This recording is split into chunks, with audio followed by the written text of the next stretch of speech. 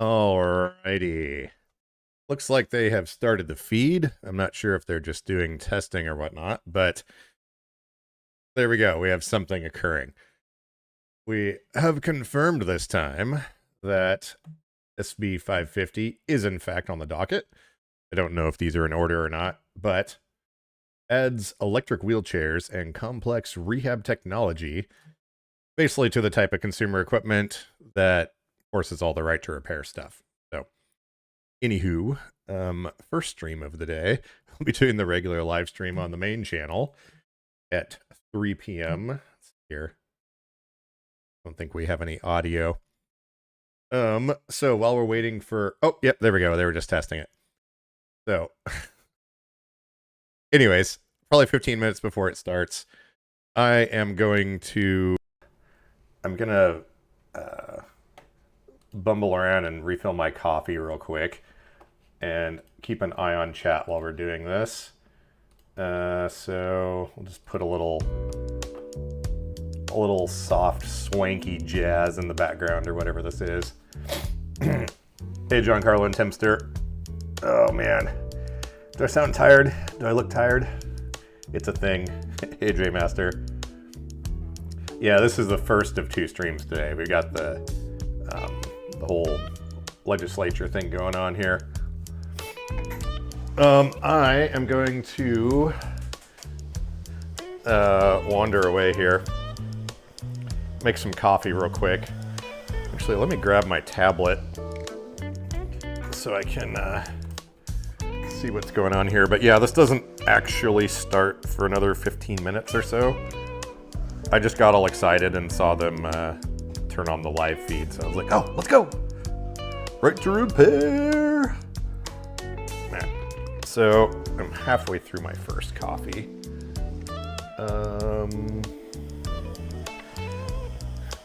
By the way, this F5 motor swap on my F3, if you saw that video, I haven't had a chance to go, like, actually run around town yet, but I kind of like it. The setup seems pretty solid.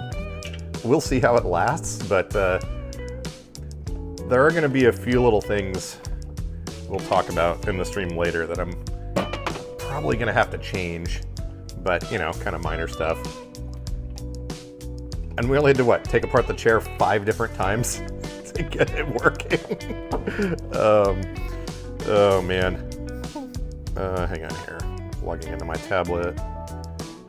Switch account. Am I even still signed in on this? Ooh, I am. My channel. There we go. And oh man. All right, seems like we're good.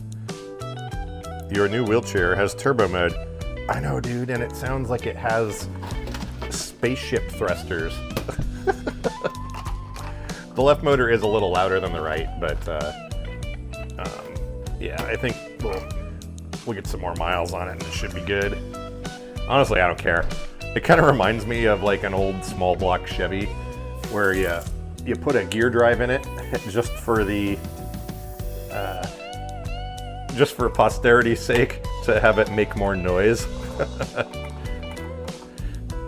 All right, we got our coffee mixed up here. To the Bat Cave. Ooh, much fast. So we only gained 1 mile an hour with this setup, but it was like an infinite torque upgrade. This thing crawls over door jams and stuff like they don't even exist. It's pretty fantastical.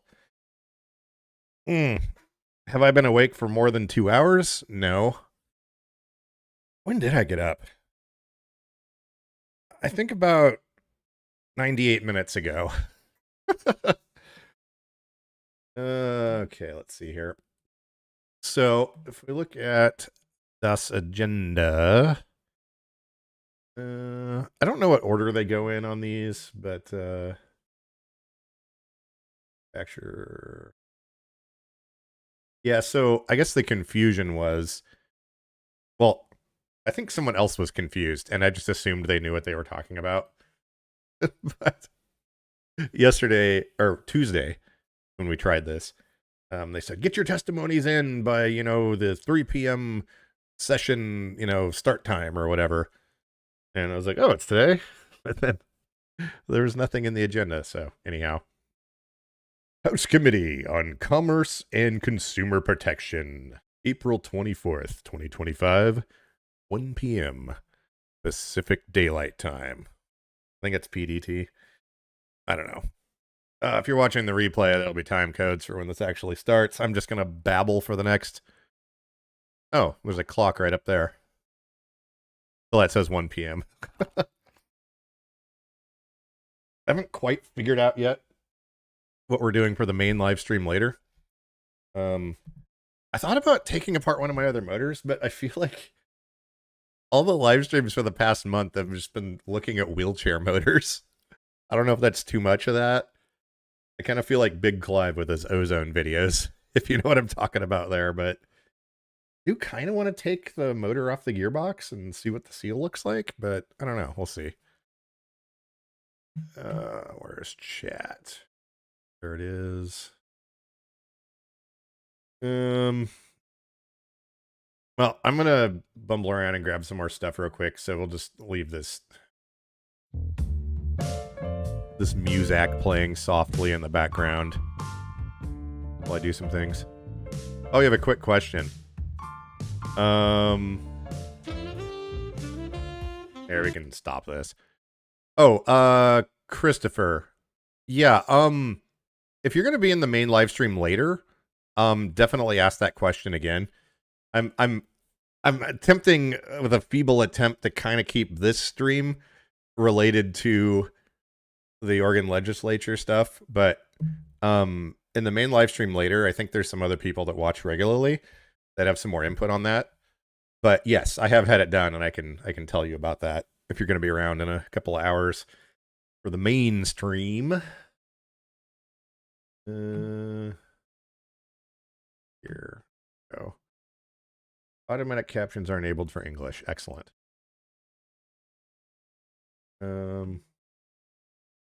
See. Okay. Yeah, I'm just gonna put this, whatever this is, back on here.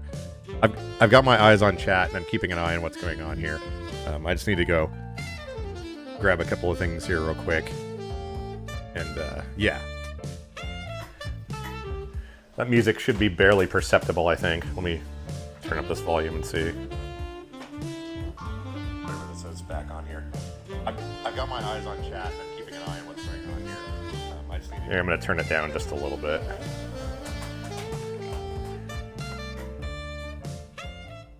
If this is anything like the other live streams they have, the audio is extremely quiet. Hey, Skip.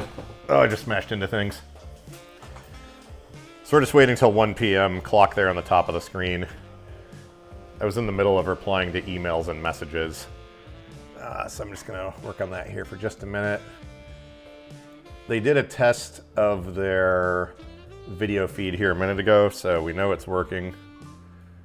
And should go in a minute. I just got a couple more emails to reply to here. Excuse me. I don't know why, but this leaf blower just lives under my desk in the living room. It seems like a logical spot for it. Great analysis, thank you. Just a quick off-topic question. I have a SafePal wallet with USDT, and I have a seed phrase. Oh man, I'm looking through comments on the main channel right now. The crypto scammers, man. They just go after everything. Report spam. There we go. Okay, let's get that. Citizen engagement. Oh, by the way, if you do want to watch the replay later of the actual live feed, I've put a link to it in the stream's video description straight from the Oregon Legislature website. Or something. Let's see here.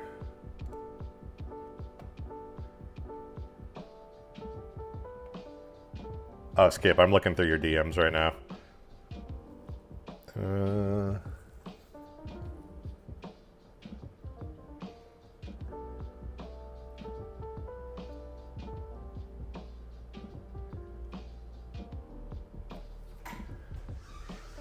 I mean, I don't know how many years old my chair is, and it still has the film on the screen. It's interesting you mentioned the headlights, though. It could be any number of things, but I did realize with the newer F3 that I have here now, the headlights are different. Permobil changed some stuff. So I might be tempted to take both of those apart and see what the differences are. I think there may be some cost-saving measures going on at Permobil because the new headlights don't have the projector beam that the old ones do. But yeah, Skip, that chair looked like a pretty decent deal. Or I don't remember how much they said it was. We can keep it in the DMs if you want. I don't care. All right. So 5 more minutes till this thing starts.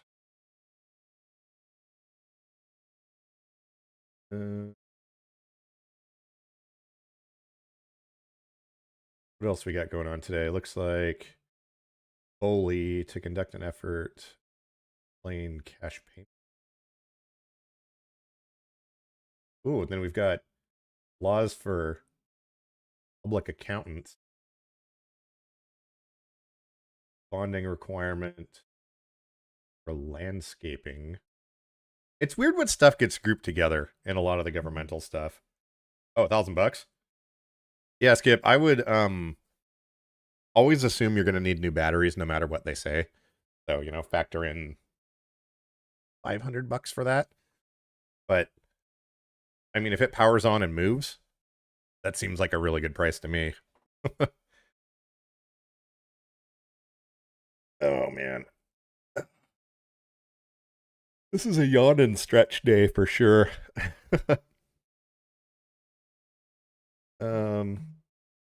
Yeah, a friend called me this morning. He's looking at buying a, if you're familiar with a GMC Top Kick or Kodiak, it's kind of an industrial box truck chassis. But he found one for sale for really cheap that has a Cat 3208 in it. And you might be able to get it for like $1,500 or $1,000. It's actually out here near where I'm at, but we might go look at that tomorrow. It's one of those things where we're both a little bit insane and no one has any business buying something like that. But yeah, should be entertaining. See, 3 minutes. Actually, where's my notepad? I'm thinking of things to talk about on the mainstream. Remember, I'm allergic to the glue in these. So let's start a new sticky note here.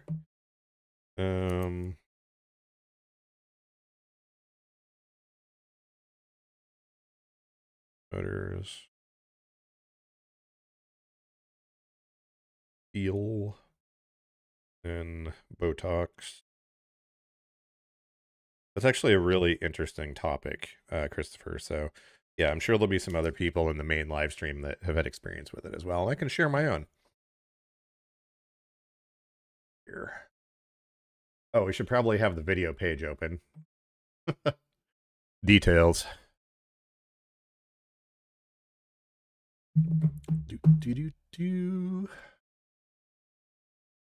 Twiddling. What should we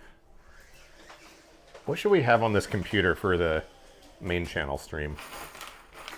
I was thinking maybe the Computer Chronicles or...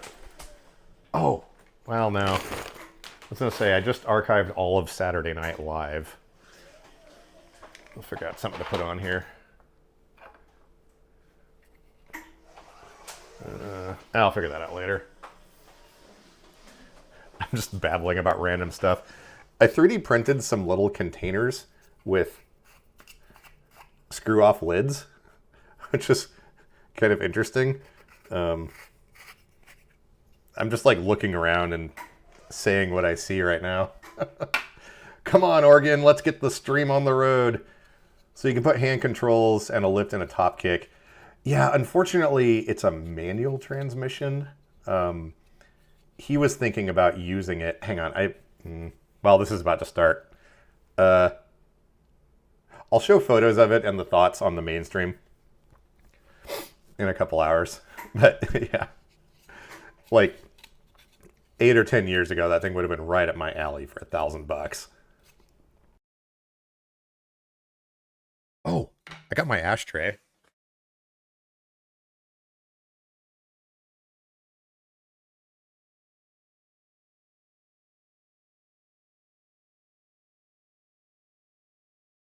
It's significantly smaller than I thought, but yeah. As far as wheelchair truck or wheelchair daily vehicles go, though, I forget which model they are, but they're like a 5 or 8 ton military rig that have Allison automatics and a quad cab that could hold like 4 power chairs, and they have a built-in crane. Should probably show photos of those too. Something like that would be a sweet daily driver. The floorboards are like 6 feet off the ground in it. A friend out in Utah buys them and does conversions, putting a turbocharger on the whatever those 10-liter Cummins are. But yeah, I would love to have some sort of like giant industrial or military-esque vehicle to use as a daily driver with some sort of wheelchair lift or crane or something. Okay, 1 p.m. Give this a quick refresh just to make sure.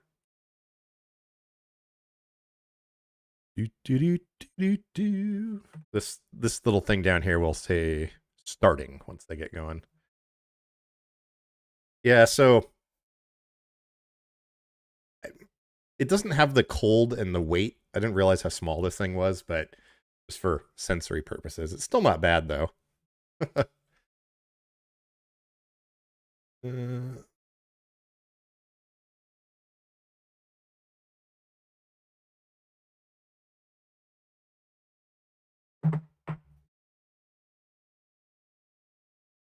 was looking for this. It's been sitting right here. Oh, I have the hardest time just like streaming and not saying anything. I just feel like dead air and all that. I know how we'll make them come back. I'll put on that music again, and that'll instantly make them show up. Some lo-fi.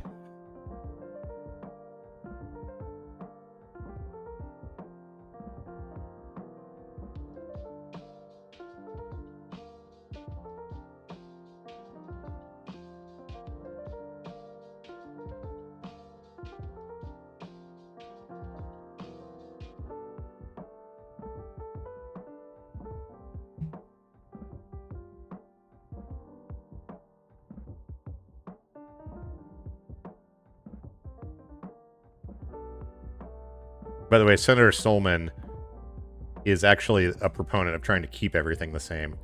They're trying to make a bunch of changes to this that severely limit everything, so I think today is a work session. And we're going to hear testimony and stuff. Don't worry, I'll stop the music as soon as it starts.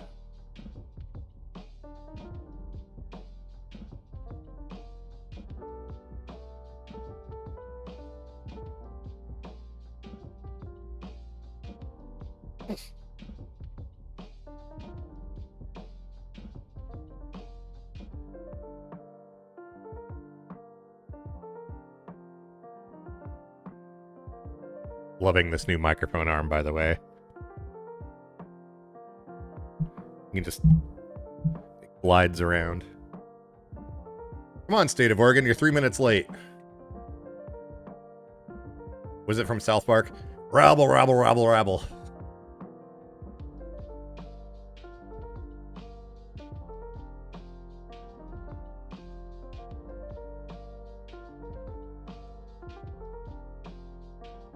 Please stand by.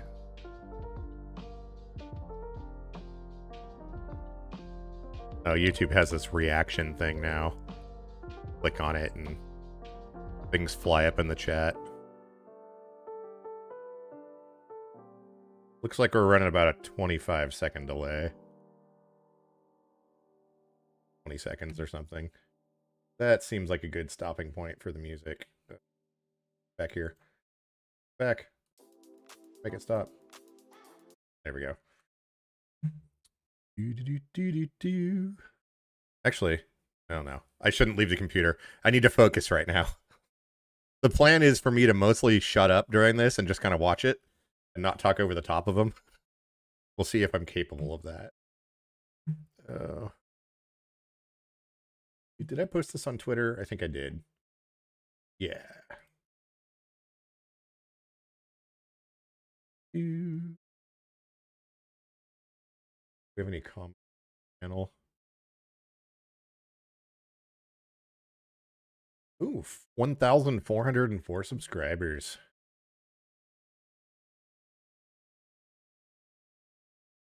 Let's see what my requirements are to get back into the partner program. Looks like I need about 1,500 more watch hours. I kind of forgot about this channel when I was living in the bus and didn't post anything on it and got booted out of the partner program on YouTube. I should probably put a link to the channel in the video description. Let's see, how do we do that? Is it at totally normal hyphen? Yeah. Oh, here we go. Spanish speakers.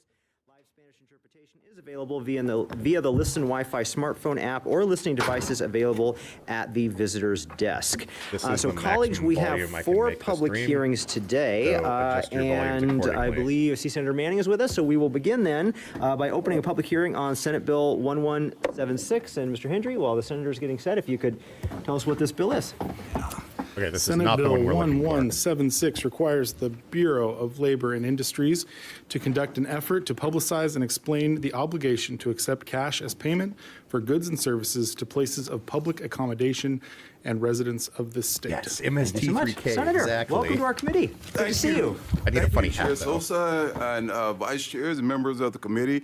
My name is James Ivory Manning Jr. I'm the senator from Senate District 7, which is the best Senate district in the state of Oregon because it is urban and rural. So I get the best of all worlds. Thank you for this opportunity to allow me to come here and provide testimony in support of Senate Bill 1176. 1176 is a really simple bill. So a few sessions ago, we did a bill to announce that cash, U.S. currency, has to be accepted at all places, public places of accommodations, you know, whether for goods or services. Oh, this is interesting, actually. Last year, I attended in Portland. I won't call the hotel name out or anything like that because I don't want to get the wrong one, send out some bad vibes or bad publicity.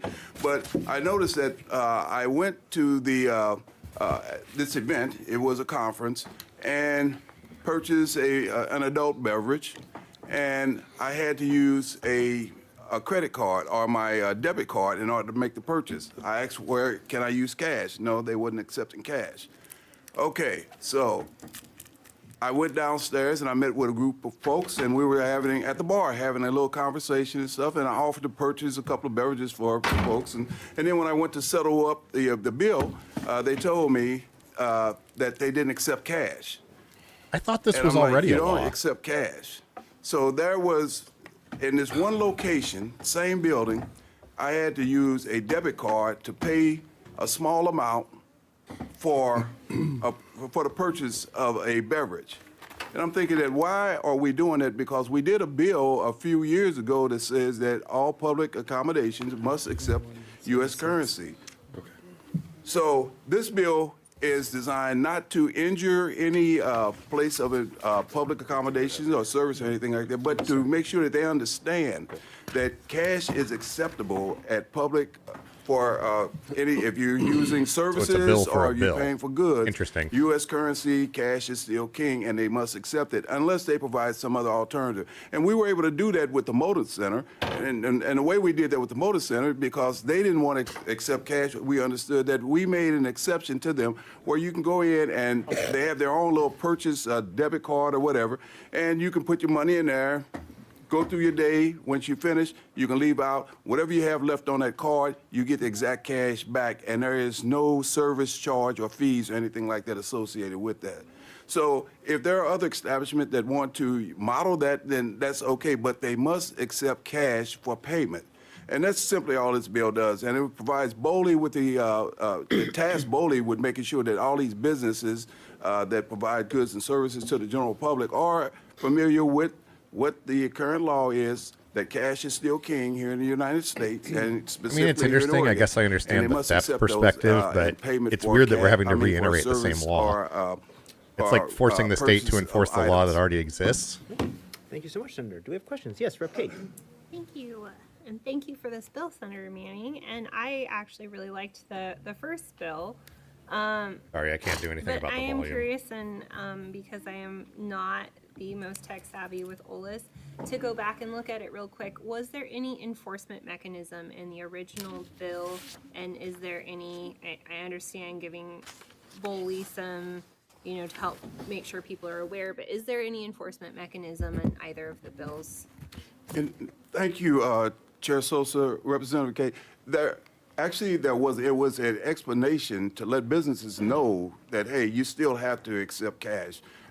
Even in some of the fast food restaurants, one here locally, went through and to purchase a hamburger, you had to have a debit card. They were not accepting cash. There are a lot of people that don't have debit cards or any bank accounts. Save the things like that. cheeseburgers. And it puts them at a very bad disadvantage. So that was the reason behind the first one, say, hey, we recognize here at the state that cash is king and it is acceptable for all goods and services that are provided to the general public.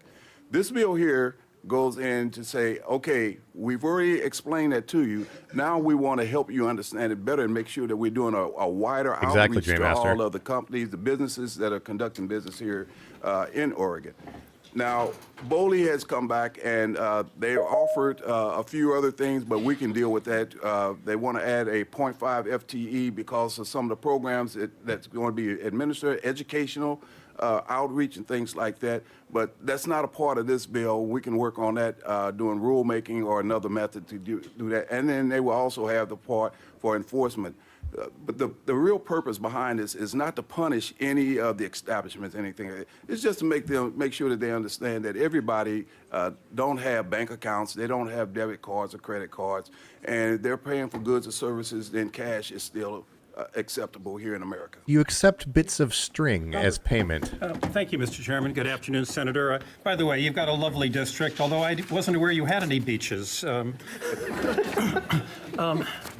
My question, sir, is this, and I like where you're trying to go here, but the bill says that we're going to have an ongoing advertising and education effort conducted by BOLI. You made reference to the possibility of a 0.5 FTE. You know I co-chair the committee that's reviewing BOLI's budget. Why isn't there a fiscal on this? How do we get free advertising, and who's going to do the work? Chair Sosa, Representative Gomberg, that's a great question. And initially, I didn't. Well, I was doing my research and outreach. As I explained before, I tried to explain before, we didn't think that that would be necessary, just to get the information out there. BOLI has their own websites. Of course, there wouldn't be any charge for them to update their website to put it out there. But BOLI has come back and said that, okay, this might require a little bit more, and we need to dedicate a position specifically for this. And embedded in their recommendation, what they're talking about, is a little bit of enforcement action. That's not a part of this bill right now, but that'll be forthcoming because I understand they can run this program as is, very limited, but then in order to continue it, then they're going to need a little extra funding for that 0.5 FTE. All right, thanks so much. I'm not seeing any other questions. Thank you, Senator. Really appreciate you visiting us. Well, that's interesting. They want to spend money on enforcing a law that already exists. Thank you very much for all of the House members that came over. Senator Woods passed away, and I'm so grateful for all of the House members, your prayers, and all of the ones that came over to meet the family. Thank you very much. Thank you so much, Senator. All right, our next speaker on this bill is Chris Coughlin.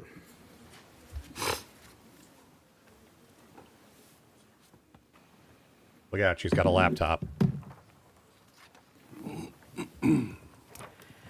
Good afternoon, Chair Sosa, PowerPoint Vice slides? Chairs Osborne and Chai-Chi. For the record, my name's Chris Coughlin. I'm here today on behalf of Oregon Consumer Justice to testify in support of this bill. OCJ supported Senate Bill 1565 in 2022. In fact, it was one of the very first bills that Oregon Consumer Justice supported in this chamber as a relatively new organization. That, as Senator Manning explained, currently requires businesses to accept cash with certain exclusions. And at the time, after that bill passed, there were conversations with BOLI about how best to get the word out. And over the last couple of years, we see that there are still many places that do there's only not 4 accept things on the cash. docket So for this today. I'm not does sure at feel what like the point ours is going right to be, next but, step. There is a provision potentially that 2 more BOLI would before accept this, complaints, but I think before our consumers don't thing. even realize necessarily that this law is on the books. And so, as Senator Manning walked through how BOLI is considering this, but I mean, I think there's opportunities for the website, social media, some other things that can be very low cost, but at least help people start to understand that this is that this is current law, and then we can kind of take it from there. So I see it as an evolution, and this is the next step in this process to get the word out. So thank you very much for your consideration. All right, thank you so much. Appreciate your testimony.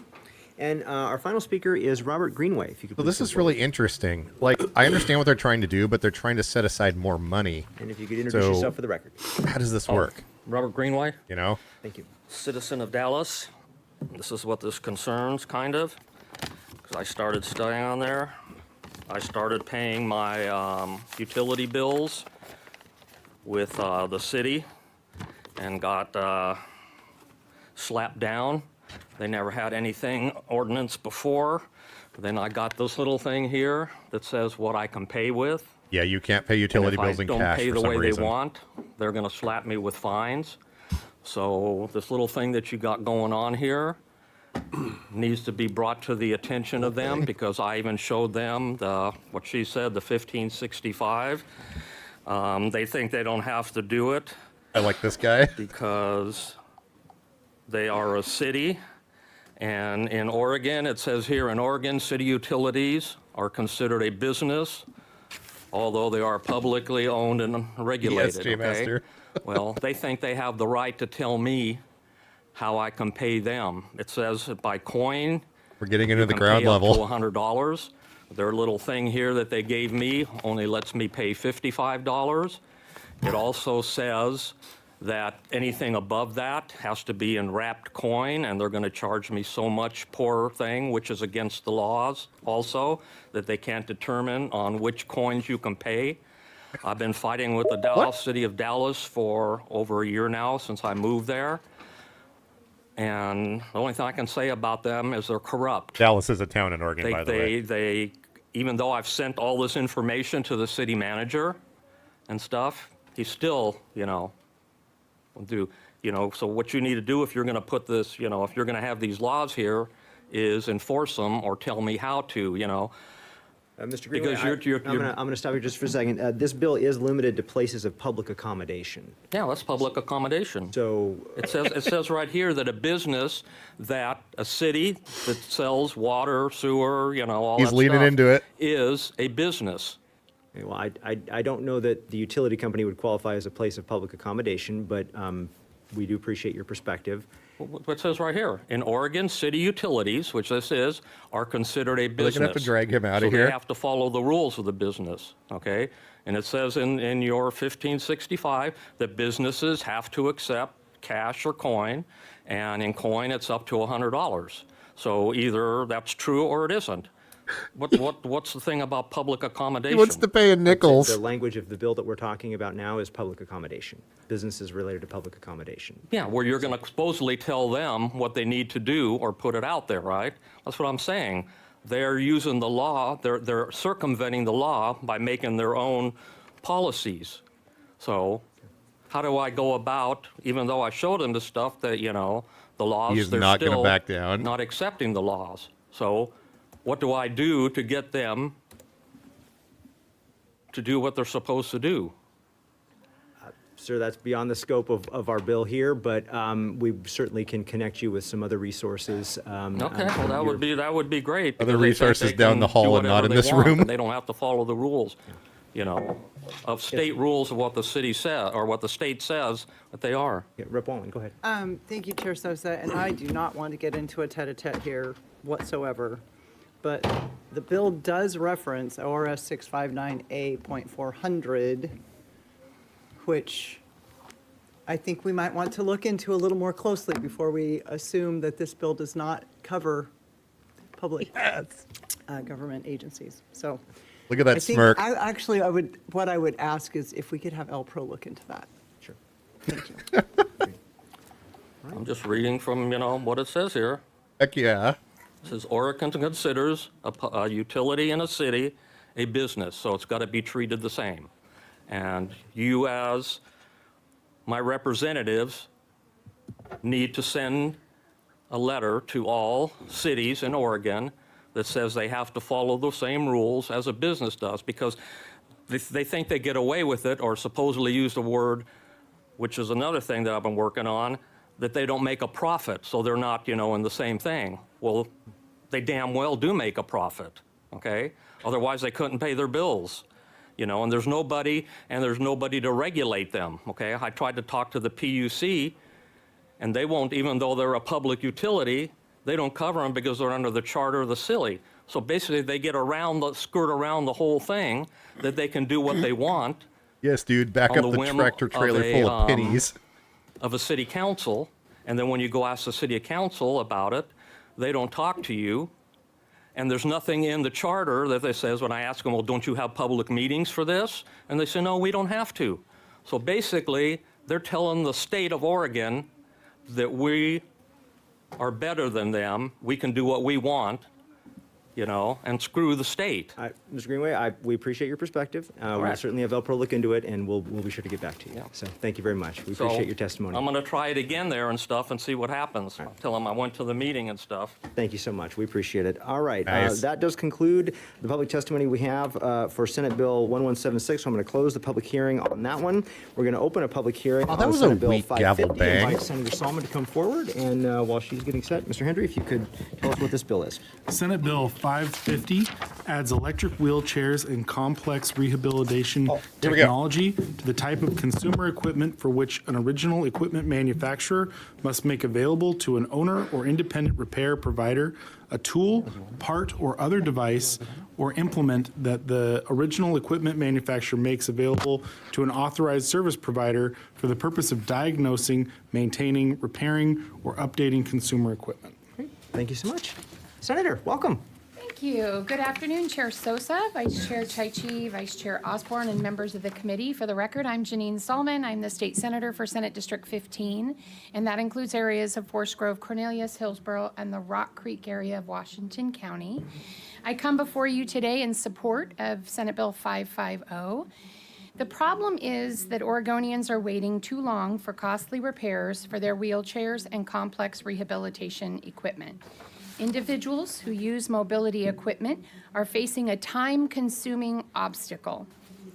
The struggle to get their mobility equipment repaired can impede the health, safety, and independence of Oregonians. So I am back before you with a solution.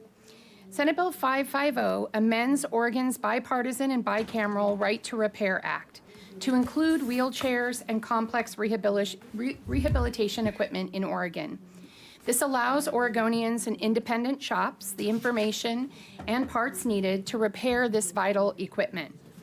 I wish I didn't have to bring this bill forward, but it is a travesty that this industry is focused on profit versus customer service. And I heard from advocates, and that is the reason I bring this bill forward, and I think you'll hear from them shortly as well. This bill is also connected to Senate Bill 549, which requires the Oregon Health Authority and coordinated care organizations to complete prior authorization for repair within 72 hours. That one's These tricky. bills in unison will address the problem Oregonians are facing, waiting weeks and months for these pre-approvals. I have heard from constituents in my own district who share that their family members and neighbors struggle to get timely repairs. They shared with me how little information there is on how to even make simple repairs and how simple parts were high-priced and not very accessible. sometimes leaving them unable to leave their house or even their bed. Mobility equipment is fundamental to their daily lives, as these devices include seating and positioning systems and adaptive equipment such as bathing and standing devices. This bill is about protecting and ensuring the welfare of those with mobility struggles, that they can find repair access that fits within their own budget. Senate Bill 550 is about health, safety, and independence of Oregonians, and I can't say that enough. I would like to thank the advocates, especially those with lived experience, who have provided incredible testimony in the Senate committee, and some of who are back here today to testify. Right on. Senate Bill You get testimony. 550 is common sense.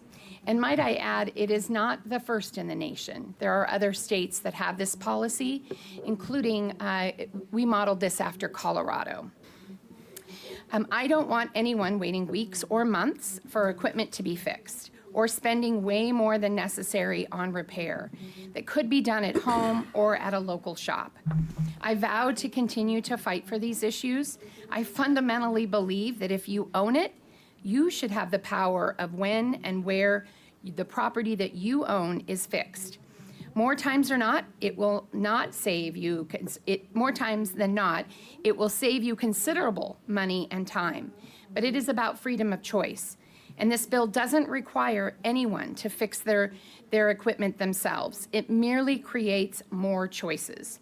This bipartisan bill passed off the Senate floor with a 27-1 vote. There is still time for you to sign on for sponsorship as well. Colleagues, I urge your support and thank you for your attention to this matter. Thank you, Senator. And Representative Neron. Thank you, Chair Sosa, Vice Chair Osborne, and Vice Chair Chaichi, and members of our committee. For the record, I am State Representative Courtney Neron of House District 26 here today with Senator Salmon in strong support of Senate Bill 550.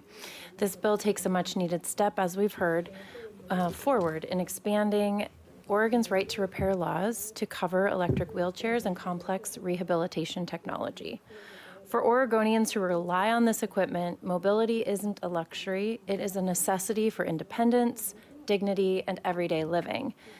When a wheelchair breaks down, even for a few days, it can prevent someone from getting to work, attending a medical appointment. What's crazy is the general public doesn't really understand that this is an issue. And yet access and to everyone timely that hears and about it affordable is like, repairs remains a persistent barrier. So right now, many users hopefully are as forced it to gets wait out, weeks, we get traction even and this months just for blows right repairs through and gets signed. authorized channels, often due to insurance approval delays or a lack of local service providers.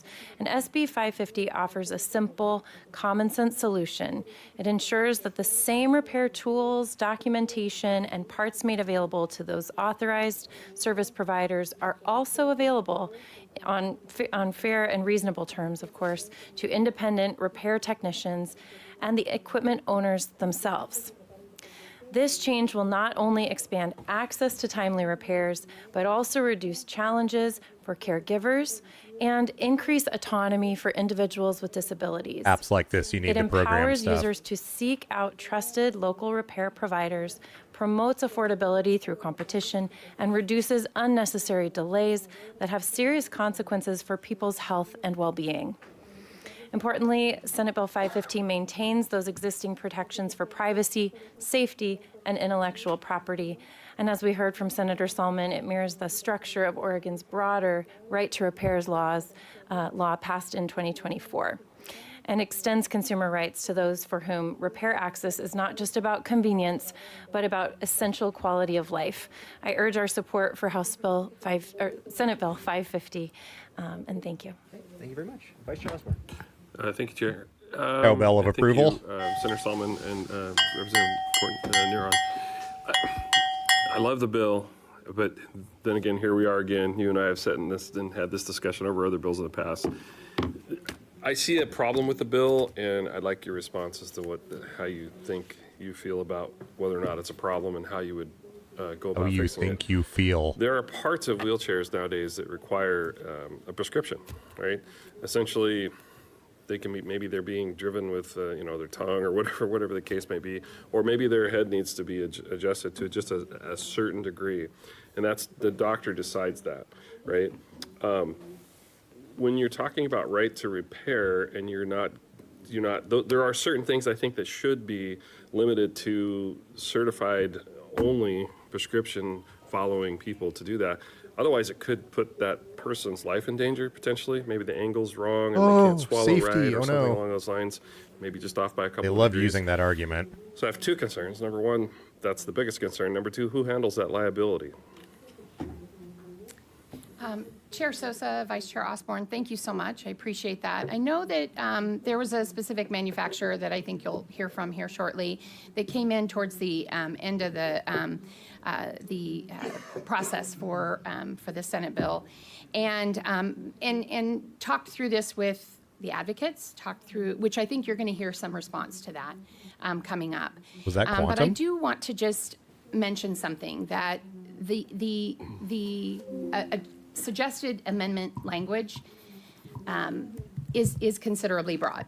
And I will say that because I've come from working in the right to repair world with cell phones and such, and heard from many companies that I heard from one particular company when I was working with the cell phone to say, oh my goodness, you can't trust that somebody can go and find an independent dealer to sell, to repair that, or goodness gracious, fix it themselves because they're going to burn their cornea or something. There was a lot of extreme conversation. We talked to experts about it who debunked the possibility. And I think this is kind of what is coming into this. And just to share with you, the broad language seems that it's require repair, replacement, or adjustment in consultation with a medical provider, physical therapist, occupational therapist, or assistive technology professional. And I just want you to know that what will happen is that manufacturers will potentially interpret that in a they'll interpret that as narrowly as they can, and potentially utilize a lot of their equipment within that amendment. There's also no And so provisions it for will enforcement potentially yet. add a block to a lot of folks who are going to have to be able to attempting to get their equipment fixed, and maybe not even fix it themselves. They're going to go to an independent dealer, but they're going to potentially interpret that law as something that is going to put a barrier to that. But I do know that we have some folks that are going to come up and talk about that as well. As well as, can I just, we did have the conversation with Colorado and talked with not only the legislator who brought this forward, Representative Brianna Titone, but also spoke with the disability community in an organization within Colorado. There is no issue. There is no issue with this bill. And they actually said that it was attempted, and they declined. And it's my understanding that I believe in Washington it was also attempted to put this language, and they declined as well. And so I think if you could just potentially listen to some of the advocates, as well as Charlie Fisher, I believe, is online from Osberg, who's been working on a lot of these policies from across the United States and very familiar with some of the language that He's the guy pops I've up been when these bills come in the forward. Zoom calls and stuff, and trying he to can help out with address some of that. this. Thank you. Okay. Yes, Rep. Joseph. Thank you, Chair. Following up on that same topic, I think I've heard from some folks who are proposing the amendment about the safety concerns. I haven't heard of concrete examples yet of those safety concerns kind of becoming reality. But the response that I've heard is that maybe there haven't been that many people taking advantage of the ability to repair wheelchairs. I'm not sure if you all are the right ones to ask, but I'll ask it now so that whoever is the best person can answer it or can follow up in writing after. But I would love any data from the states that have implemented this, Colorado being a good example, how often it's been used and how that's We going. want the facts, yes. We will get that information. Perfect. Thank you. Thank you very much. We appreciate your testimony. And I'll be on side two if there's anything further. Exactly, Malcolm. All right, next up is going to be Representative Nose. This box cutter is far more dangerous than anything they're talking about. Representative, welcome to the committee. If you could just introduce yourself for the record. First time I've been here. Thank you, Chair Sosa. For the record, members of your committee, my name is Rob Nose. I'm the state representative for House District 42, which is inner southeast Portland and a little sliver of northeast. And I'm kind of here today really more in my capacity as the chair of the House Healthcare and Behavioral Health Committee. And I introduced the Dash 2 amendment, which is posted to OLIS, and I think attempts to narrow this a little bit. I want to state very strongly that I support the right to repair. I support the right to repair a wheelchair. I'm going to put a link to that document I think in the video preponderance description of here. things that go wrong with a person's wheelchair can be fixed by somebody, and it doesn't necessarily have to be a medical professional, or if it needs to be, it can be a medical professional of the person's choosing. I also support very strongly House Bill 549, which was mentioned. I think it's part of this because that one prior needs some work, authorization is a thing that delays care, and I think in the instance of a wheelchair, that's something that we should contain. We should ask the insurance industry to speed up its process or not require it in most instances, okay? And there are other bills in this legislature about prior authorization in general. I'm before you because I'm concerned that the advocates are making it seem like a wheelchair and a cell phone are similar things. And I'm not sure that they are in a few instances. And so what I'm asking you to do is investigate a little bit the -2 amendment and the concerns that some people have.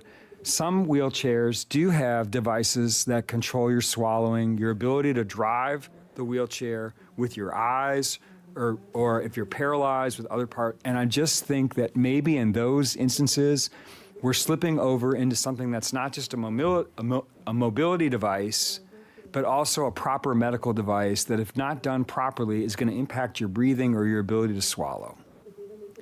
And so if my amendment is too broad and it sweeps in too many things, or it's not specific enough, I'm very open to you fixing that or addressing that. And frankly, if you come to the conclusion that my amendment is not needed, that what they're doing in Colorado is working, and let the consumer beware, I suppose that's okay. But I'm asking you to deliberate about that a little bit, because I think this is a little bit different than a cell phone device, where I frankly, like, arguments that were made that, like, this is going to, like, blow up in your face and hurt your cornea and all that sort of thing. If we don't give you the right to take it to a dealer, I thought we're kind of bull. Okay? This is a little bit different, I would argue. There's a little bit of difference, I think, between a wheelchair device that has medical implications, not just mobility ones, okay? Fix your battery, fix your wheel, fix your joystick, fix all the things on it. Let that human do that, okay? But maybe when it comes to the ability to swallow, or if you're driving the thing based on your cornea, maybe we ought to make a little bit of an exception and let the manufacturer have some say in that. And if you determine, no, it's okay, I will be a yes on the bill. I'll probably be a yes on the bill even if you don't amend it. Yes, Okay. Vice Chair.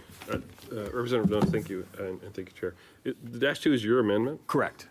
I like it. Well, I mean, again, listen to there's people that don't, right? So let's see if we can listen to them and listen to folks that think the amendment is necessary, and see what you can figure out. Yes, Vice Chair. Thank you, Chair. I'm trying to walk through mentally what I think happens. You are the consumer and the patient. You want to fix your wheelchair. You choose to have somebody, like a dealer, fix that wheelchair. If it's not fixed correctly, you are the consumer and the patient, so you would know that there is a problem.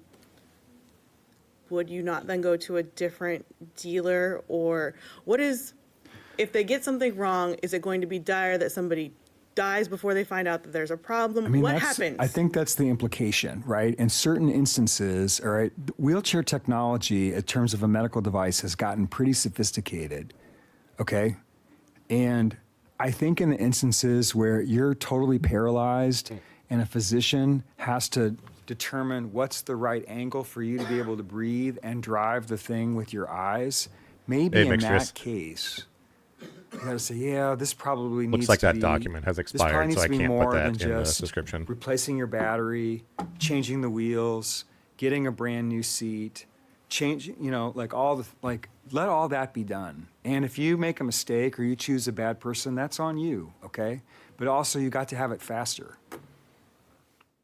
It's tough, right? Because, like, I want to support consumers having the ability to be able to fix their own things, okay? And there's too much difficulty in getting your wheelchair fixed. I'm supporting the bill. I'm a yes. I'm just saying I have a little bit of doubt about this part, and see if the -2 is a good idea. Think of cars. You pick your own mechanic. There's far more at stake fixing a car. Thank you, Chair. The market will decide who is good and who will get the business. No, so you might not be the correct person to ask this question, and it might have been mentioned earlier, but do things have, is there any requirement that things have to be repaired even within the original manufacturer's spec? Because Representative Kate, I would not, and Chair Sosa, I don't know the answer to that, but That's an interesting point. It's kind of a little bit like with the cell phone thing that we dealt with a year ago. If you're not willing to investigate the person that's repairing your thing as to their competency to do it and whether they're going to follow the manufacturer's specs, I think that's a little bit on you, frankly. Yeah. Like, buyer beware. Like, if you're going to have your device repaired by somebody that's not the authorized dealer, you should probably investigate that. And I'm okay with that. Like, figure it out. Fair market. I guess where I was going to in that is a lot of times there is a manufacturer spec for safety as far as how fast wheelchairs can go as well. And if people decided they wanted to dial that up, that could create a lot of, I feel like, safety concerns as well. Sure. So that, okay, now I guess I need to look into this more. Thank you. Representative Sosa and Representative Kate, I would say, again, in that instance, that's probably up to the operator of the wheelchair. Like, that doesn't feel to me how fast you go dips into the medical necessity of the device being calibrated in such a way I like this guy. that it doesn't impair your breathing or your ability to operate the vehicle, the wheelchair. But I think reasonable people could disagree. I think it could. Sure. There needs to be a little more education, I think. Thank you, Rep. Okay. Appreciate your testimony. I understand where she's coming from. She's our kind of next embarrassed, panel but yeah, up, there's a lack is of knowledge going to Be Ren Grabham, Not her fault. Matthew Saris, and Ben Gurewitz. If you could please come forward, and I believe it's that, Ren Ren from is our soccer gonna be team. remote. So Hi, Ren. Ren, if you're with us, you can go ahead. Good afternoon, Chair Sosa, co-chairs and members of the committee. For the record, my name is Ren Grabham. I am 19 years old from Portland, Oregon. I currently live in Corvallis, where I'm a student at Oregon State University with majoring in mechanical engineering. I have a form of muscular dystrophy called spinal muscular atrophy. Because of this condition, I have used a power wheelchair since I was 3. I am here today in support of Senate Bill 550. I'm a very active person. I am a competitive soccer player. I love skiing. I walk to class every day with my friends. I'm out around campus a lot. I'm out around town, which means that I break my wheelchair a lot. And I've done everything from breaking off just a little piece of my armrest to I have actually fried the motherboard of my wheelchair. One example that I have is when I was 16, I went on vacation with my family, and my wheelchair on the way on a road trip suddenly stopped driving and was giving us error codes that we had never seen before, and we could not access manuals to figure out what they meant. We discovered that if we turned my chair off, disabled my brakes, and reset the fuse to my chair, it would start driving again. However, this led to the chair continuing to do this every 30 seconds for the entire week, which meant that for a whole week, I could not be further than I could yell for my parents while I was with my younger cousins, which means I couldn't go and run around. We couldn't go to the park. I was 16. I could have taken the kids out by myself. I was not able to do that because my wheelchair was not working. When we returned home, we were able to get my chair into the shop where they diagnosed it with a faulty motor sensor. It then took another 6 months for it to actually get fixed, which for me meant that I had to use an old power wheelchair that I had from elementary school that was no longer working very well and did not fit me or work for my needs anymore. The old Invacare. This would have actually been a very simple repair if we could have accessed the parts we needed and the manuals. My family and I have been fixing things on wheelchairs and like old wheelchairs. We've been fixing that stuff for years.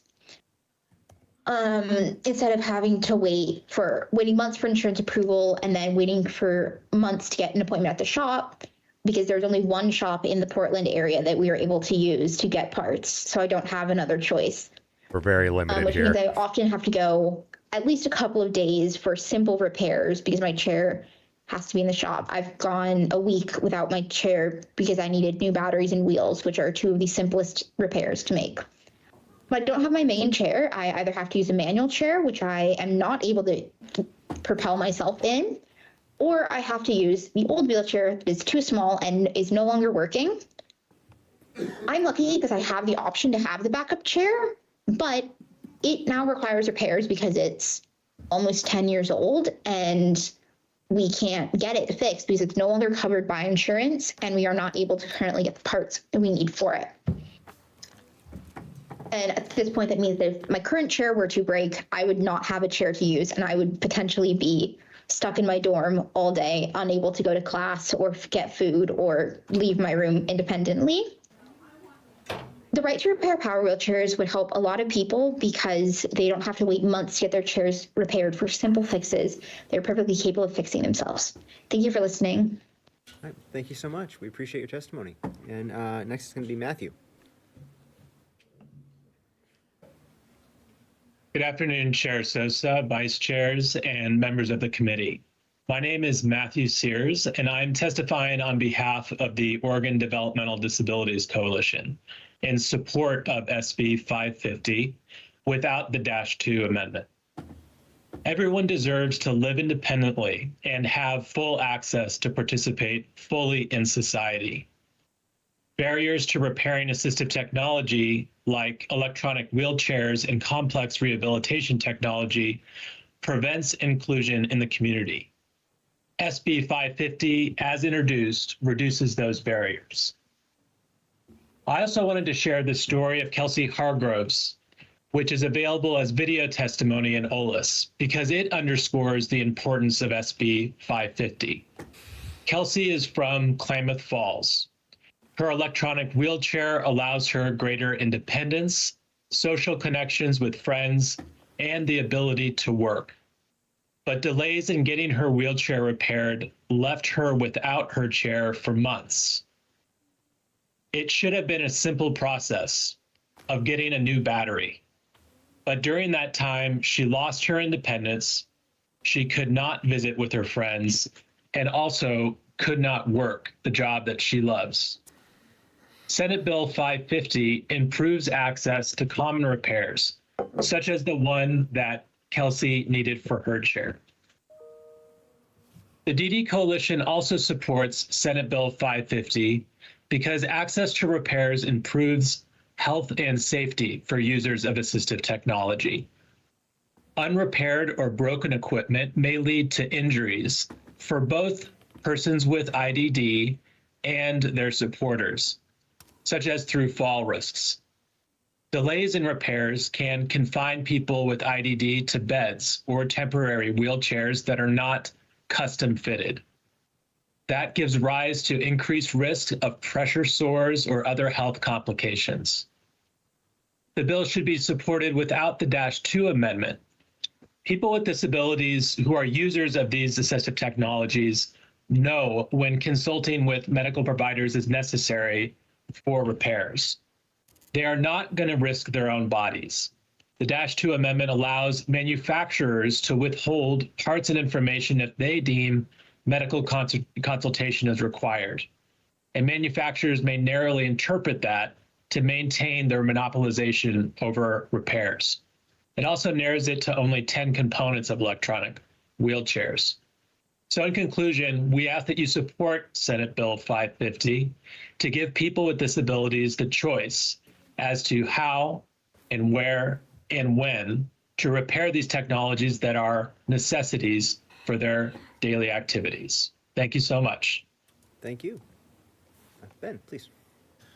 Chair Sosa, Vice Chair Osborne, Vice Chair Chaichi. For the record, my name's Ben Gerwitz, and I'm here on behalf of Disability Rights Oregon. We're in proud DRO, support of my law firm. SB-550, but we do not support the -2 amendment. Hey, Chris.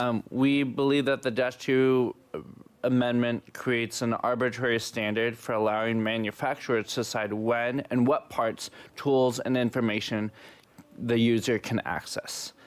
We believe it is actually a deliberate effort to undermine the timely repair. I found the link for Dash 2. I'm going to go put that in the description real quick. Of mobility and complex rehabilitation devices, which is the entire issue this bill aims to resolve. Oregon residents living with physical and medical disabilities, seniors and children with developmental disabilities rely on manual and powered wheelchairs and other mobility devices. Even minor repairs to these devices can take weeks or months to complete. Wheelchair users and independent repair shops are prohibited from accessing the necessary parts, embedded software, tools, and documentation needed to perform diagnostic maintenance or repair services. Some chairs require a software passcode or a physical key for any repairs to be done. Consumers often spend weeks in virtual queue to get their wheelchairs fixed. As such, wheelchair users can only go to authorized shops for repairs. The delays may cause a consumer to spend time in bed for weeks while waiting and rendering them unable to attend their daily activities like going to work, the store, and social engagements. So we strongly support the passage of If you refresh your player, you'll see the link to that Dash 2 without the amendment Dash 2 document in the amendments, description. and we'll leave the rest of my testimony online for all of us. Thank you, and I'm happy to answer any questions. Vice Chair Osborne. Thank you, Chair. And yes, I do have a question for you. So I did a little research on this. On March 5th, when this was over in the Senate side, there was some testimony on Senate Bill 174. A representative from DRO, which is the company or the nonprofit, whatever it is that you represent, stated, "My wheelchair is my legs. I depend on it for my independence and freedom and to be able to properly continue my job, enjoy friends, and have the same opportunities that others have. I need to fit it properly so I don't do undue harm to my body." This statement underscores the importance of ensuring that certain clinical parts are fitted and repaired only by certain professionals. How can you not support the Dash 2 with that statement made by one of your own members? There is a lot of incompetence out there. Chair Sosa and the Vice Chair, whatever. I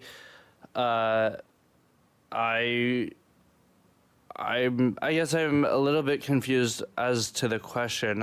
I would say that kind of the Dash 2 would give the manufacturer the capacity to decide when that individual would be able to receive a repair. So they would still have to wait for prior approval from their doctor. And then that approval would then have to go to the company, and then the company would have to release those parts and tools. So essentially, that still creates a long kind of process timeline that this bill is trying to fix. So yes, while the bill does try and kind of eliminate some of that kind of standard, that queue that I mentioned, there's still a long timeline, and so we are concerned that timeline will continue to force our clients to wait months, weeks, almost years. We have a client who's waited 2 years and has actually her spine has completely shifted, and her quality of life has completely changed because she hasn't been able to get a repair for her wheelchair. This F3 I have out here is exactly that. All right, thank you very much. 2 Appreciate your years old testimony.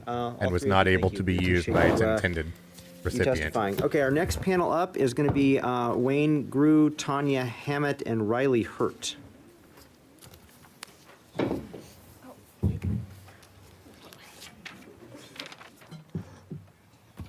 I'm curious who the wheelchair manufacturer is And that's going to whoever be would talking. like to go first.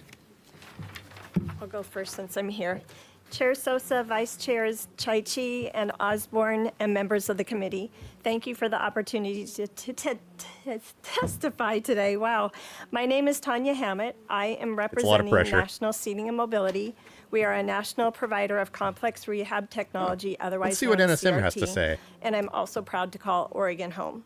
CRT involves more than standard wheelchairs. These are medically prescribed, customized mobility systems built specifically to meet the needs of individuals with complex disabilities. For the people we serve, this equipment is not optional. It's essential to their mobility, independence, and long-term health. I'm here today to express concern with SB-550 in its current form.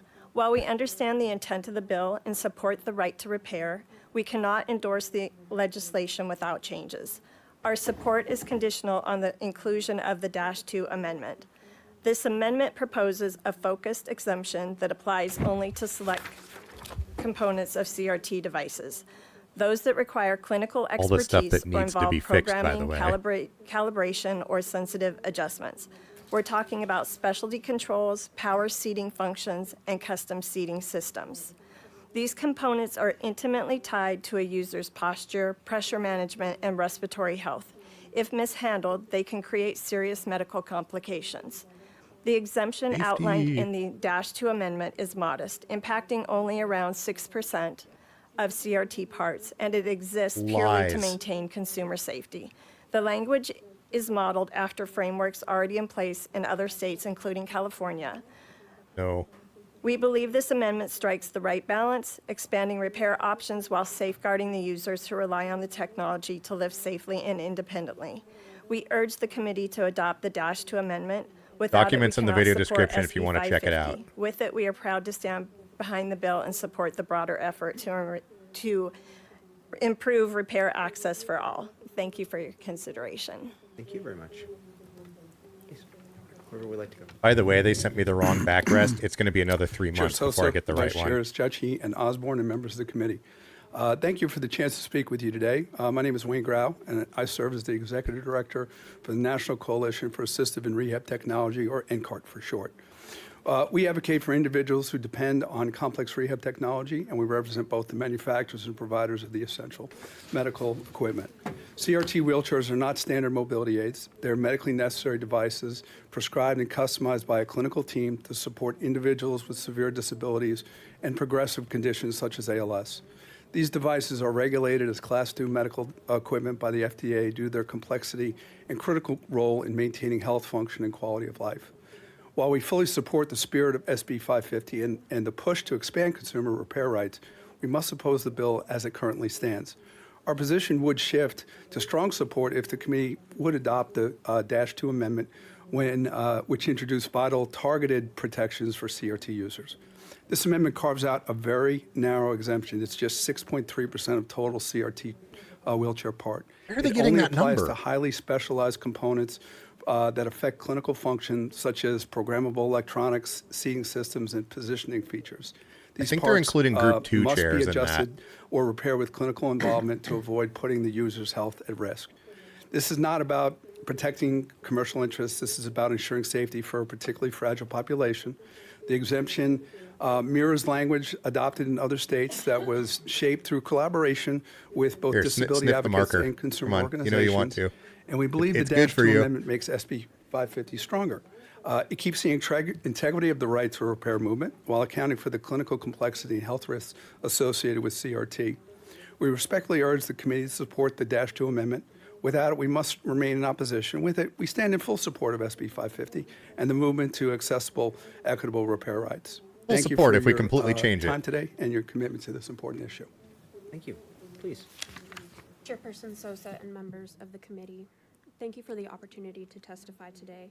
My name is Riley Hurt, and I am a disability advocate and a wheelchair user from Kaiser. I'm here to express my support for Senate Bill 550 with the amendments that acknowledge the unique considerations involved in complex rehab technology. While I appreciate the intention behind the bill and the steps it takes toward recognizing the needs of wheelchair users, I must emphasize that it does not address the root cause of the issue: the failure of complex rehab technology providers to make timely repairs to the mobility equipment we depend on every day. We are here discussing the right to repair because wheelchair users are experiencing unacceptable delays in getting vital repairs through our equipment providers. These delays often leave us stranded, unable to go to work, attend school like I do, or participate in our communities. The reason we are looking for alternative solutions like right to repair is because providers are not meeting their obligations. But while Senate Bill 550 opens a door for manufacturers and end users to access parts directly, it does not provide the full solution. Manufacturers cannot repair our wheelchairs. They can only send the parts. Most wheelchair users are not trained or physically able to perform those repairs ourselves, and hiring a third party often means those repairs won't be covered by insurance. This results in a new financial burden placed squarely on the shoulders of people with disabilities, many of whom are already living on fixed or low incomes. To put this in perspective, my joystick costs $2,028. My batteries together cost $710. Group 22s, If I had to pay for either of those out of pocket, I couldn't afford it. But if the repair is done through my provider, insurance would likely cover it. The problem is providers aren't making timely repairs, which is why we're forced to consider options like right to repair in the first place. In short, I do not oppose Senate Bill 550 with its amendments. It is an important step forward in acknowledging the nuances of complex rehab technology and ensuring that certain repairs, like those involving seating and positioning, are handled by trained professionals. But I urge the committee and the Senate to recognize that this bill alone does not solve the problem. Real progress requires accountability from the providers who are supposed to make these repairs in the first place. Until that accountability exists, the promise of true freedom, justice, and choice for wheelchair users remains out of reach. Thank you for your time and consideration. Thank you. Vice Chair Osborne. Thank you, Chair. Honestly, getting anything passed at this point, even with the amendments, is fine. We can change it later. Again, I don't hate this bill. I just want to make sure if we pass this bill, it's done correctly so it doesn't come back and bite us. But yes, you do. In a one-pager by another group, I see that California passed the bill 1384, and there's some other states that have passed the bill, but they all seem to contain language similar to the -2. So could you tell me how many states that you know of have passed similar legislation to this with the -2 type, cutouts for clinical stuff? Yes, sir. Chair Sosa, Vice Chair Osborne. California, we work closely with the disability advocates in California, so they've passed it. It is passed in Maryland. It just is awaiting signature from Governor Moore. It is also passed in the state of Tennessee. We also have it introduced in one other state at this point in time, Rhode Island. So, nice. Yes. And just to be clear, all of those states have adapted language similar to the -2? Yes, sir. Okay, thank you. Thanks. I do have a question. So the proponents talked about Colorado, House Bill 1011. Looks like it was enacted in 2022, which the base bill here is modeled after. Have there been problems in Colorado that you can talk about with? We're not aware of any -2 problems. basically tries to develop liabilities and who to blame. Chosen asked about, how's it worked out? I called the manufacturers who I represent. I said, how many people have called and ordered parts directly? It's only been 7 so far. It doesn't mean that's a bad thing, but, again, I think one thing that's underestimated is a consumer can buy it, but they're not going to be reimbursed, okay? So they can buy the parts and they can pay for the labor, but because they're not contracted with the insurance company or with Medicaid, they will never receive reimbursement. And I think people underestimated that cost and that thing. They all thought that they were going to get it reimbursed. So, but again, we're not opposed to right to repair. Thank you, Senator Solomon, for introducing this. We just want to make sure that those 6.3% clinical parts There's are that number protected again. and the consumers are protected from those cards. Everything else, please feel free. Buy directly from the manufacturer, no problem. Justin, it'll be about an hour from Question. right now. The Colorado 1011, it definitely has -2 style amendment to it? No, sir. That one is definitely just like Senator Solomons bill, the original bill. Okay. But I also want to just say one thing about Colorado. There was a trailer bill introduced by the same representative that eliminated prior authorization. That resulted in a 21-day reduction in repair time. And Senator Solomon has introduced another bill that will do the same thing, so, which we strongly support. Yeah, Rep. Judson. Thank you, Chair. I think here's what I'm struggling with. Sometimes this job makes us keenly aware of all the things we don't understand, right? And I think that wheelchairs are among those, and I trust that wheelchair users understand their devices so much better than I will, even if I do a lot of research. I guess, and maybe sounding like some of my colleagues on the other side of the aisle here, but I'm wondering kind of why not let the free market and let the consumer figure this out here? Why not open it up? And if I'm a wheelchair user and it feels like repairing this, I need to go through an expert or I need to get reimbursed by health insurance, I'm going to go that route. But I'm also hearing important testimony that there's these big delays, and I feel like maybe some more competition in the market is maybe one of the most effective tools we have to speed up that process, so that maybe we're going back to the manufacturer, but that manufacturer has a little more market pressure to move a little faster. What am I missing, or what are your thoughts on that? It is a complicated issue. I wish it was simple. I wish I could point to one thing and say, if you fix that, everything will be fixed. But unfortunately, it's not. And by the way, we're dealing with this across the U.S. It's not just here in the state of Oregon. What I would say is, a California legislator said this to me. He said, Wayne, so it's kind of like if I go into a pharmacy, I can go and buy allergy medication that I don't need a prescription for because the bad outcomes aren't going to be that bad. But if I need something stronger, I got to go and talk to a doctor. And that's what we're saying. For the 6.3% of those parts, just go talk to a medical expert just to make sure. I don't want to see anybody get hurt, and don't want to see them get a decubitus ulcer. I mean, it's just not what we want. It's far more really dangerous than about anything they're just talking ensuring about. their physical health. Thank you.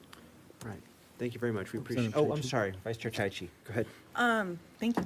I think our first speaker on this panel mentioned something about programming, and to piggyback off of not understanding everything we hear about, I feel like programming is computer science engineering, and we're talking about consulting with a medical expert. So can you tell me how this is going to work and why it's necessary? Yeah, Kristen, it takes a while for the market to stabilize with that sort of thing. It won't be instant results. Programmed for an individual, it's really based on their needs and their capabilities. So if somebody has cerebral palsy and they have a lot of tremor, shake, when they're trying to drive their wheelchair, somebody with the expertise to program that joystick to ensure that they can drive it and not injure themselves or somebody else is extremely important.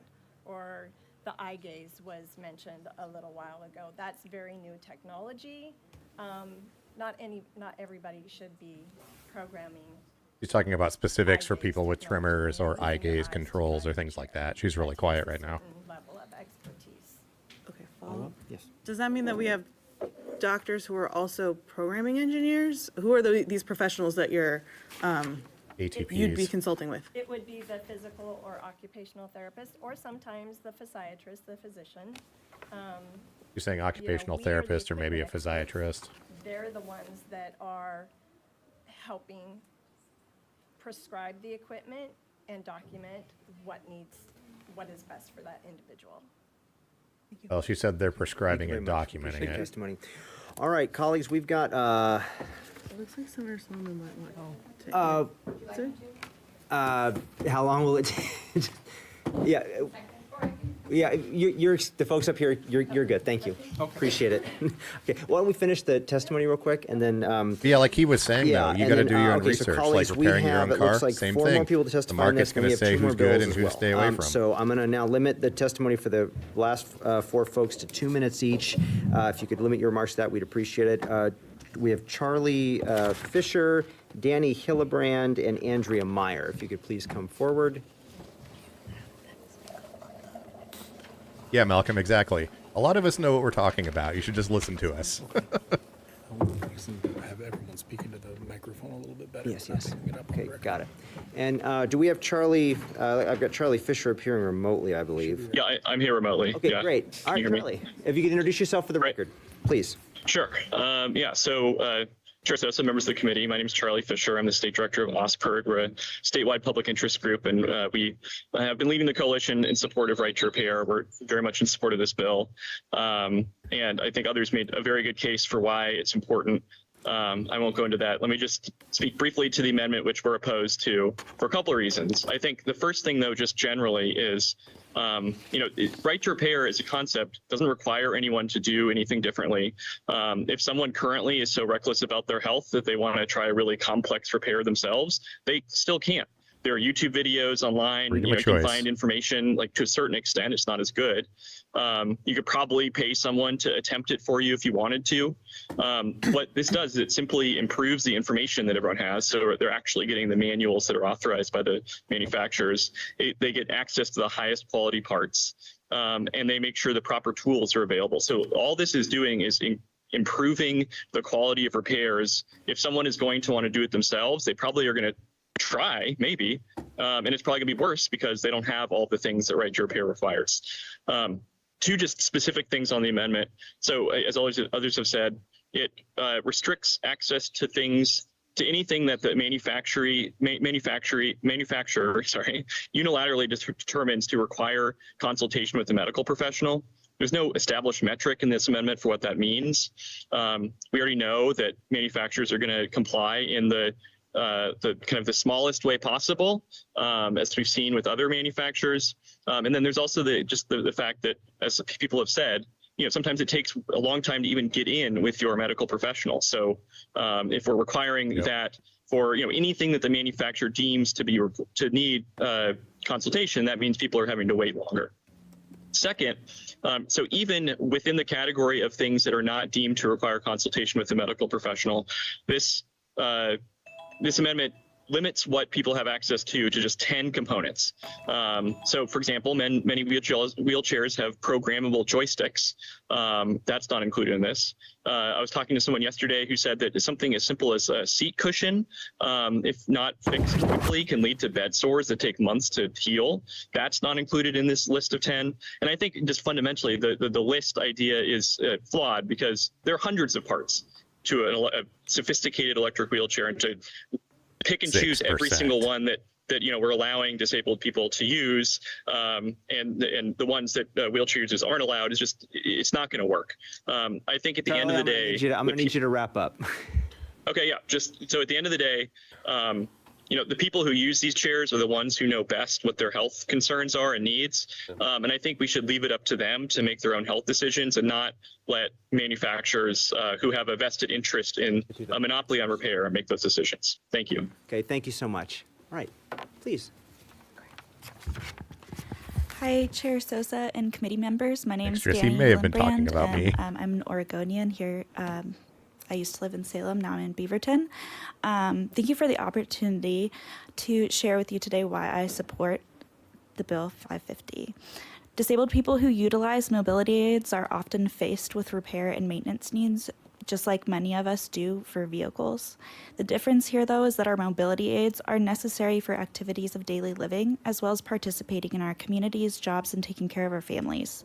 The current process requires both lengthy prior auths as well as being dependent on the DME provider's availability, as they have the key to the manufacturer's repair information. The combination of these factors leaves disabled people without their mobility aid or at risk of injury when trying to make do with broken equipment. I think that some of the opposition for the amendment comes from also allowing up to 72 hours for the prior auth. Why is a prior auth needed to repair a device that the insurance has already approved? Exactly. When it comes to needing to replace a part, we're not asking for a completely new thing that we've never used before. It's you already have replacing a it. part that was already previously approved and prescribed. The delay in care is unnecessary and harmful. In my profession as a nurse, risks for pressure injuries and infection have been drilled into my mind. A pressure injury can occur in less than 2 hours, sometimes even 30 minutes. Why are we saying a 72-hour delay is acceptable for a device that insurance previously approved? When it comes to wheelchairs, often, especially power chairs, the ability for people to off-weight and shift their weight is necessary. If they can't use their chair and they're stuck in bed, they are not able to do that, and that puts them at major risk for these types of injuries. In regards to the manufacturer info, I have the privilege to volunteer for a wheelchair maintenance workshop here in Oregon the past few years, and it's increasingly apparent that the access to manufacturer repair info negatively impacts those both with and without insurance. Many cannot afford DME, even if they have insurance, and trying to make do with secondhand equipment requires them to make repairs, adjustments on their own. And when it comes to your livelihood, ability to work, care for your family, and just survive within your own home, you're going to try and make do with what you have. And if that means trying to make do with used equipment, potentially putting yourself in harm's way just trying to function, that's kind of what we're talking about here. And I know that there's been a lot of hesitations about liability and things like that. I have a good amount of experience in adjusting and repairing used equipment and helping people who don't have access to those things. If anyone has questions about that, I can try to answer some of those questions. I'm not sure if the hesitancy and questions that you've had have been answered yet, but if not, I'm happy to try and answer some of those. Thank you very much. We appreciate it. And Ms. Meyer, please. Good afternoon, Chair Sousa, Vice Chairs, and members of the committee. Andrea Meyer, Director of Government Relations for AARP Oregon. I will be quick so Senator Solomon has some time to come back up, but we are pleased to support Senate Bill 550 in its current form. Wheelchairs are an essential mobility device for many older adults, providing them with independence and freedom to live their lives fully. However, as you've heard, the current restrictions on repairing these devices pose significant challenges. When wheelchair users are unable to access affordable and timely repairs, it can lead to prolonged periods of immobility, isolation, and diminished quality of life. While this can have a devastating effect on anyone and everyone, it is a particular issue for older Oregonians who are at a high risk of isolation. Senate Bill 550 gives individuals who use mobility devices the dignity and autonomy to control their lives and the choices they make. For those reasons, we urge you to support this bill. Thank you. Great, thank you so much. And Vice Chair, when you had I a had quick question? Yeah, thank you, Chair. I had a question for Charlie Fisher, if he's still there. Charlie, you're still with us? No, it looks like he's logged off, but if you want to, Andrew can. I'll ask That's a busy question, man. if it's all right. So I've got this little one pager here that they sent, and Osberg's name's all over it. Yeah, in about 45 minutes, Melissa. California Senate Bill 1384, which uses the -2 amendment, but yet he said they don't support the -2 amendment. Right, well. So I'd like an answer to that. Okay, thank you. Okay, we've got one more speaker. Thank you both very much. We appreciate your testimony. We have one more speaker up, and then we're going to give Senator Solomon a chance to do quick wrap up. Tom Holt, if you could please come forward.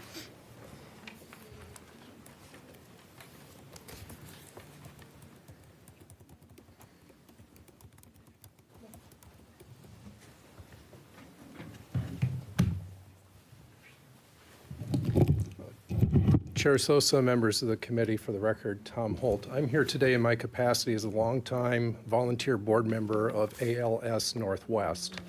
We fill in the gaps of things that insurers don't cover on the ground, providing supports for people living with ALS and their families throughout the state of Oregon and Southwest Washington. Any given time, we're taking care of between 400 and 500 individuals around the state.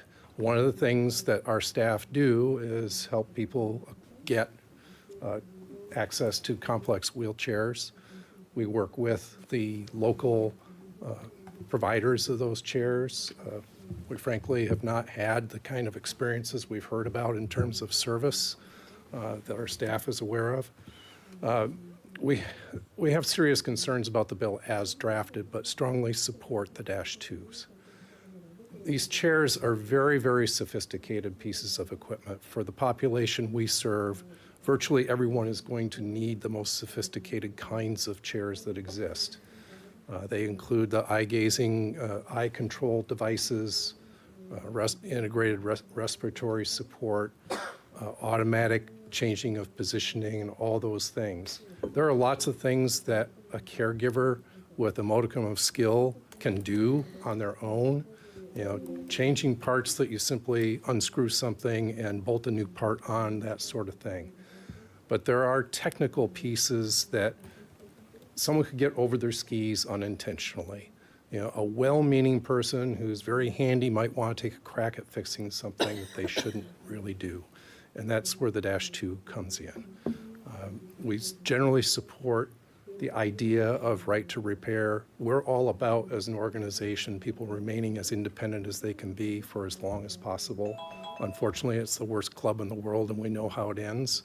But we really urge you to adopt the -2 amendment, and that will protect consumers from making unintentional errors with these very, very complex things. They cost as much as a decent new car. You're neglecting that the user has their own brain, though, and they'll know the instant something is wrong. Makes it unusable, then that's a whole nother set of issues to get approval for a new chair. So I think you can do a really good thing here and pass a good bill with the -2. Thank you, Mr. Holt, appreciate it. Senator, very quickly, if you want to come back up. We've got like 1 minute because I've got multiple people here. Maybe he is best, because he did answer one of mine. Okay, fair enough. But Charlie's on there. Mr. Fisher, if you're with us. Yes, sorry, I got disconnected. That's no problem. The question posed by Vice Chair, we'll give you like 1 minute to answer, is that Osberg, the one pager that Osberg's name is on, says it supports the California language. And Vice Chair Osborne said, well, gosh, isn't the -2 based on California language? So how can you be supportive of the California bill and opposed to the -2? So Sure. Yeah, Chair Sosa, Rep. Osborne. I mean, the California bill was better than nothing. But we learn things from other states. Since then, Colorado and Washington have both passed bills that are not based on the California language. And, to be honest, our PIRG chapter in California is not nearly as involved with the California bill as the other ones. I'll just say in Washington, it just passed almost, I think, unanimously through both chambers based on the Colorado version. And the disability advocates there, I know, were really frustrated with the attempt that they did to negotiate with the manufacturers that just to them felt like they were being run around in circles. So, this is a better version of the bill. It creates more access to repairs. And so, we want to do the best thing, not the worst thing. Okay, great. Thank you very much, Mr. Fisher. I sure appreciate it. And thank you, colleagues, for a very robust discussion. Definitely a bill that we will give a lot of thought and consideration to. I'm going to close the public hearing on Senate Bill 550. We're going to try to get through our last two bills in the last 12 minutes. Open a public hearing on Senate Bill 797A. I'm going to invite Martin Pittioni and Haley Leones forward. And Mr. Hendry, can you tell us what 797A is? Senate Bill 797A modifies laws regulating public accountancy professionals. All right. If you could please introduce yourself for the record, we'd be happy to hear from you. All right. Chair Sosa, Vice Chairs Chaichi and Osborne, members of the committee, for the record, my name is Martin Pittioni. I'm the Executive Director for the Board of Accountancy here in the state of Oregon. Testifying with me remotely is Haley Lyons, our board chair, who will identify herself formally when she speaks. The committee has very detailed testimony posted in its record on Senate Bill 797A. So I will not repeat that here. I'm going to try very hard to keep you all on time. I will do a super high-level summary, and I will try to keep my enthusiasm in check, although there's at least 3 members of your panel who I share a Ways and Means experience with who know that I will probably fail at that particular part of it. So very super high-level summary. This is basically a profession that faces a significant workforce shortage. It's not an Oregon problem, it's a national problem. On the regulatory side, we care about this very deeply because this is fundamentally about increasing inability by the public, whether it's individual consumers, whether it's school districts, small businesses, larger businesses' ability to access services by CPAs. Effectively, what's at issue here is that the profession about I think we moved on to the more next than topic, 20 years didn't we? ago switched to a Did single they licensing finish up standard all across the country. with the right to repair added stuff? I think that's what happened, additional maybe. year of education after the bachelor's degree to the licensure requirement, dropped off 1 year of supervised experience in exchange, and still required passage of the somewhat infamous CPA exam. And essentially what the All right, so I think that sums up the right to repair thing. Dang, that took up like over an hour of the time. That's pretty awesome. All right, well, I think that covers most of it. I don't know. Okay, yeah, they finished. Okay, cool. I wasn't paying attention there for a minute. I was trying to find that robust clip. So, anywho, there we go.